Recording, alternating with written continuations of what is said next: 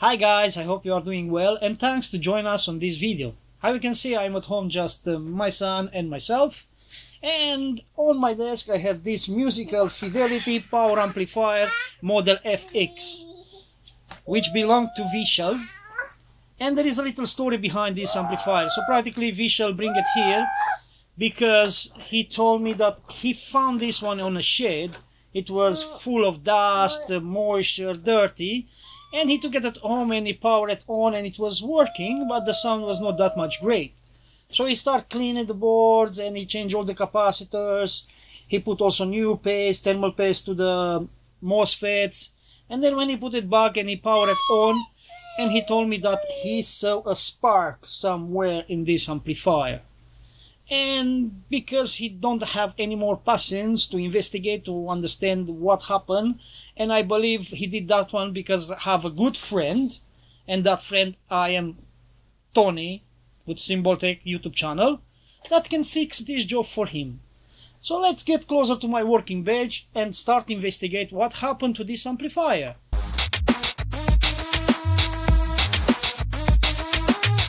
Okay, so I removed already the top plate because he didn't bother to put the screw back, so it was just put it in just like that to protect the components while he bring it here. Just to have a visual inspection, because if it was a spark, definitely it should be kind of smoke somewhere around here, right? So how I can see here, the board looks alright. These are the new capacitors, what he already replaced them, all of them, and I can't see any smoke over here. I need to check if are good isolated, the MOSFET from the, because maybe they short between them and that's why I got his spark, because I can't see. I just can see there something on that heatsink that is a bit hot. I don't know if it's happened there or it was like that. It is definitely a component there, but I cannot see what is because it's inside the heatsink. So as a visual inspection, these two boards are right, and this amplifier is very easy to take apart because there is just few bolts here, here, and in the bottom, same here, here, and you take these two units apart and you can inspect the PCB board. So let me do that. So I removed properly the amplifiers because there are two blocks over here that I say is very easy, just 6 bolts and they come apart. And now you can see here on the power supply board I saw a resistor there which is snapped apart. You can see half of the resistor is here, half is there. So definitely maybe the spark come from here. So yeah, I'm gonna start investigating first the boards. So I'm gonna put apart a bit of power supply because to investigate the board, if there is any short on it, I'm gonna use my own power supply, which I have a current limiter, so I can limit the current and put some power on and to see if it's drawing all the power. This means it's definitely something short and I need to start testing all the active components like the MOSFETs and the transistor over there. So let me just take out this one from here and bring the amplifier boards. So guys, any noise in the background, remember that it's my son, okay? So apologize for that, but only like that I can do videos, because I say there is not free time that I can be alone in silent and do my videos. So only like that. I'm trying my best to keep also the YouTubes, to stay also with the family and all things together. So probably these are the boards, amplifier boards, and you can see I don't see anything burned out on these boards. Can bring them close. Looks everything fine. So the only things that I can blame, maybe any short on these MOSFETs. If it was a spark, this means it was a lots of amp draw it in one shot. So this is one board, one channel, and this one should be the second channel.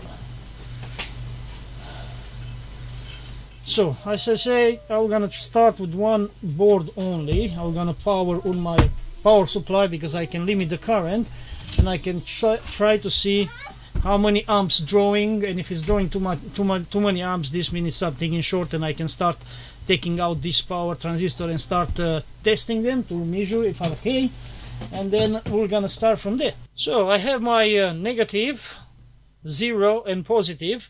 So I set up my power supply 1 amp only and 18 volts. Remember, this one is powering with more than dual 50 volts. So let's turn on the power to see what it's telling me here.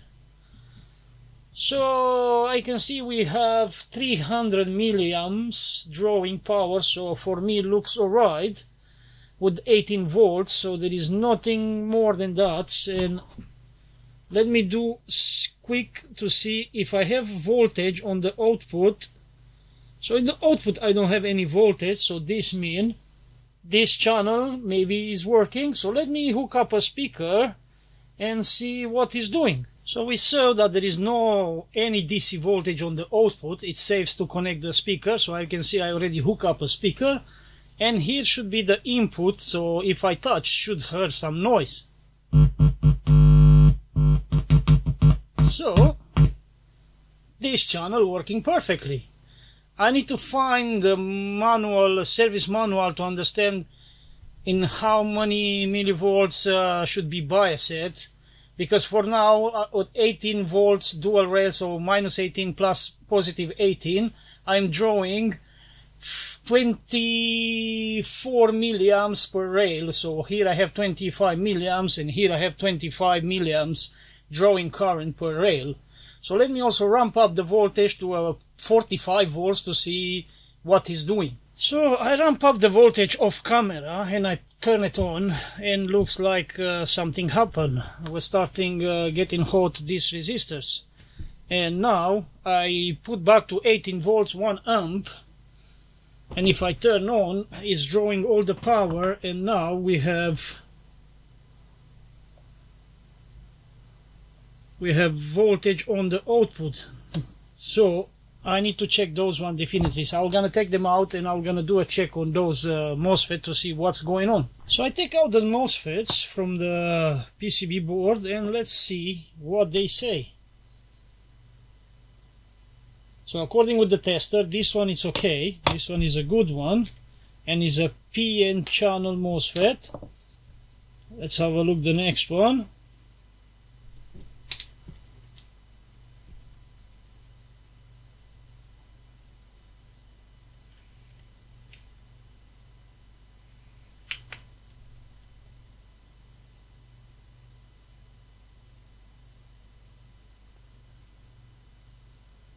So the second one also, it's a good one.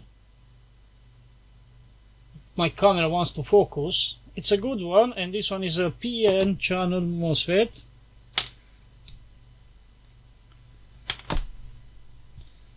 Let's test the next one.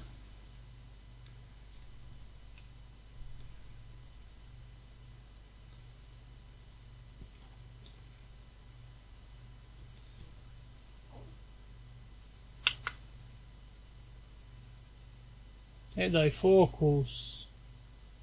The third one also, it's a good one, and is the N-channel MOSFET. And the last one, maybe this one is the one that have problem. Who knows? Let's discover now.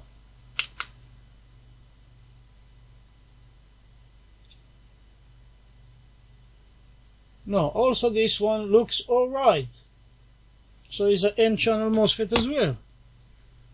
So what can be that do like what I seen? I never seen before.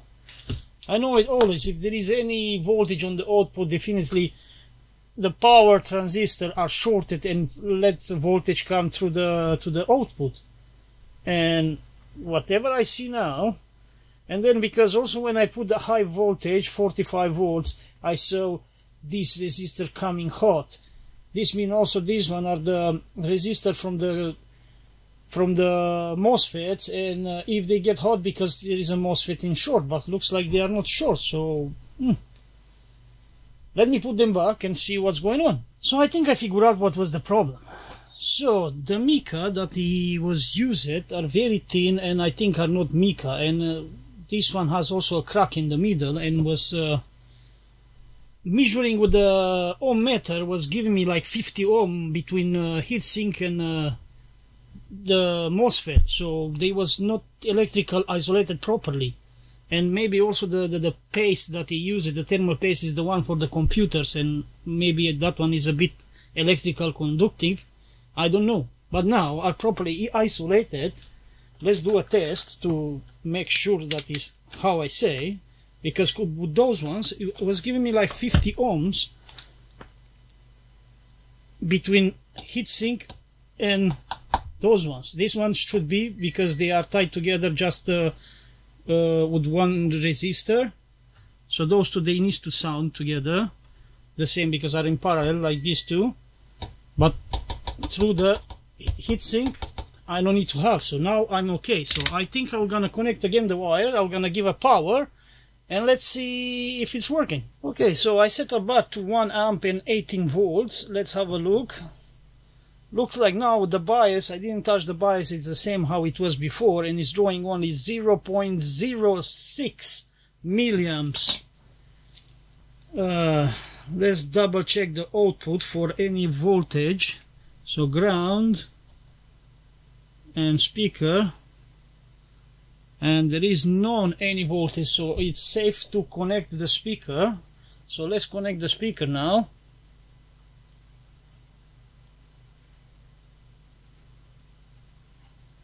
So here we go, I connected the speaker and I set up my power supply with full amps, like 5 amps, how many amps can deliver my power supply, and on 50 volts dual rate, so minus 50 plus 50. So let's turn on. Looks like it's drawing 500 milliamps per rail, so in total we have 1 amp drawing current. So and then it's settled the voltage, the bias, to 7.7 millivolts between these two resistors. If I don't have the service manual, I don't know exactly, but I am in the max with the pot, so I cannot go more than that. So if I go in the other side, I'm just lowering the bias. So I think it's biased perfectly, and looks like it's not doing any more what happened before, like as soon as I increase the voltage, start heating up this resistor, and it was quite smoky. Well, that's why I shut it off. And now, definitely, if I touch here, we have signal, so it's working perfectly. So now I need to look for the other channel. So this is the second channel, which I already removed the MOSFET from the heatsink, because I'm gonna test them, because measuring between the MOSFET and heatsink was giving me the same, like something is shorted over there. Let's connect them to see if are okay. And I believe are good, because definitely if he used the same pads and the same heatsink, thermal paste, definitely was same problem. So you can see this MOSFET is a good one. So put it aside. Let's check the next one. It's the PN channel MOSFET, that one. Let's give a quick test also the second one. Second one, P channel MOSFET, which is also measuring okay. This should be the N channel MOSFET, so let's test also these ones.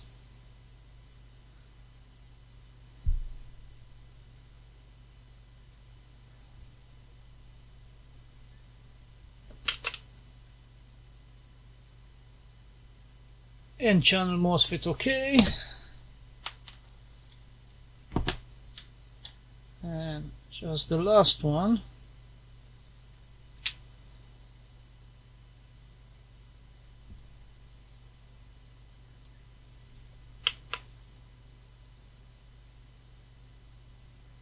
And it's okay. So the MOSFETs are good. So now I'm gonna apply new thermal paste, the one that I always use on amplifiers, and new mica pads, because these pads, don't get me wrong, looks alright, but they are very thin comparing with the one that I have. And well, I don't know, I will not use this one. I'm gonna use my own ones because I trust better those ones. And let's see if it's working after I'm gonna put back the MOSFETs. Okay, so I powered same with dual 18 volts and only set up the current limit to 1 amp. Let's measure the voltage across to see. So this is the 0, this is the negative. So in negative we have, I can see minus 94, no, minus 1994, and positive 18 volts because it's not properly balanced. I need to tweak it a bit, but for this just testing it's okay. Few millivolts offset. And let's see on the output what is telling me. So in the output is telling me that there is no DC voltage, so it's safe to connect the speaker. So let me connect the speaker and do a test, the signal test, to see if it's working, and then we're gonna power it to 50 volts. So my speaker is hooked up, and if I touch here I should have noise. So now let's ramp up the voltage to the maximum 50 volts with 5 amps to see if nothing blows up here, any smoke or something. So I'm powering now with the dual 50 volts. So let's do 2 measurements like that. You can see also, you guys, that I'm powering with the maximum voltage. So I have ground, negative minus 4988 and positive 4999. So yeah, as I say, I can put in balance exactly my power supply, but I'm just working on testing, and I can do also, there is no any voltage on the output, so it's really good. And I'm drawing now only 120 milliamps per rail, so let me adjust a bit the bias over here to do like exactly the other one consuming. So the other one is consuming almost 500 milliamps per rail, so I am almost there. So 500 milliamps per rail, and signal is really more louder now, definitely. And I'm gonna also put across the resistor the multimeter to see how many millivolts across the resistor is the bias. So let me connect also that one. So the bias is set up to almost 5 millivolts across the 2 resistors, and I say I'm drawing 1 amp from positive to negative, so it's 500 milliamps per rail. So I'm gonna say that is biased perfectly in 1 amp quiescent current is more than enough. These ones are, yeah, getting also warm, and imagine with this big heatsink, it will gonna need a lot of time to get hot. So I think it's ready to do some oscilloscope test to make sure that it's working how should do. So we are going to wrap up this video over here to don't be too long, and I will gonna call it part 1 with success, because we find the fault, we fix the fault, and we have the 2 amplifier boards working. I'm gonna have the part 2 of this series when I'm gonna do some sound test and some oscilloscope test to see the real power of this amplifier and to see how handle the frequencies. And it's gonna be also the part 3 when I'm gonna work a bit on the power supply, because what I saw there, it's something that I don't like, and I need to do a little modifications, and to put also the boards inside the case and do a sound test with the stereo way, and also to test also the power with that power supply. What happened, boy? Why you are shouting?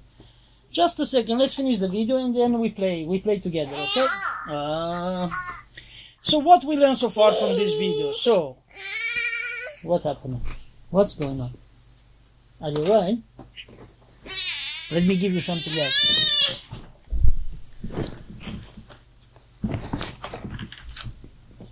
So what we'll learn from this video? So we learn to pay attention of which thermal paste we are using for audio amplifier, because the one that are designed for computers can be electrical conductive, because I measurement, I measured the resistance between the MOSFET and the heatsink, and it was giving me something like 50 ohm resistance, and I was thinking, why?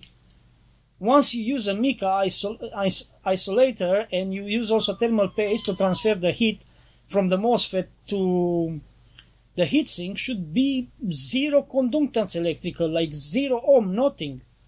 Anyway, second one, we learn to pay attention also which mica we are using, because it was installed mica, but still I have some conductivity between the MOSFET and the heatsink. And then the third things that we learn, when we have a fault in the board, to don't damage more than what was already damaged there. So luckily was nothing damaged, just was that problem with the thermal paste. But if it's something in short, let's see. If we have a regulated power supply that we can lower the voltage and we can lower also the current limited, we inject that little voltage and little amount of current, and we can see on the display of the power supply if it's drawing a lot of power and the voltage drop. This means there is definitely something that is wrong on that board, on that PCB that we are testing. So if you want to see how I build my power supply, just check the link on the description down below. And if you enjoyed this video, guys, please give us a thumb up and a like, and leave also your comments down below. I'll be more than happy to have more comments, by the way. And until the next video, guys, have a good day and bye bye. Say bye bye. Bye bye, guys. See you next time. Bye bye. Bye bye. See you next time.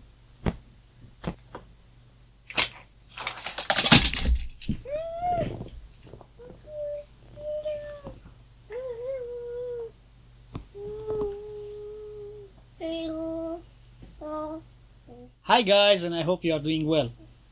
And thanks for Hi guys, and I hope you are doing well. And thanks to he cleaned the boards.